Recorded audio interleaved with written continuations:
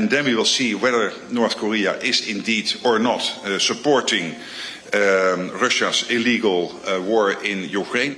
The head of NATO on Tuesday warned that the transfer of North Korean troops to fight for Russia in Ukraine would be what he called a significant escalation. If they would be sending troops to Ukraine, that would mark a significant escalation. That would really be important. Secretary General Mark Rutte was in Estonia for meetings with NATO members and said he didn't yet have confirmation Pyongyang had deployed soldiers to assist Moscow's fight.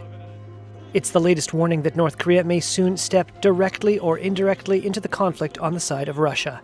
Here's the UK Defence Minister speaking in Parliament on Tuesday. It is now highly likely that the transfer of hundreds of combat troops from North Korea to Russia has begun. The Kremlin on Monday declined to directly answer a question on whether North Korean troops were going to fight in Ukraine.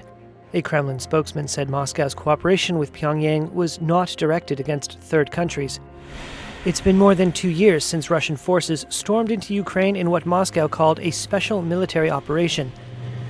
But tenacious defenders armed with Western weaponry drove back the initial onslaught, and what appeared intended to be a quick conquest turned into a long and bloody war. Moscow has been forced to supplement its military with new conscripts to sustain the fight. The latest reports suggest it may now be looking beyond its own borders for soldiers.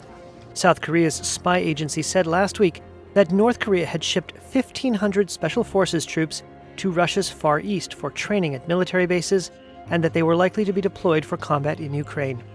And Ukrainian President Volodymyr Zelensky has accused Pyongyang of preparing to send as many as 12,000 soldiers to Russia. In its failure to overthrow Ukraine's democratically elected government, Russia is seeking to expand the conflict. The U.S. Deputy Envoy to the United Nations told the Security Council on Monday it had seen reports that North Korean soldiers could soon join the fight. If true, this marks a dangerous and highly concerning development. The notion of North Korean soldiers fighting a Russian war on European soil prompted this response from the president of Finland. Well, I think we're just seeing how desperate Russia is. I mean, pose the question to anyone in the world. Would you like to have North Korean soldiers fighting on your side?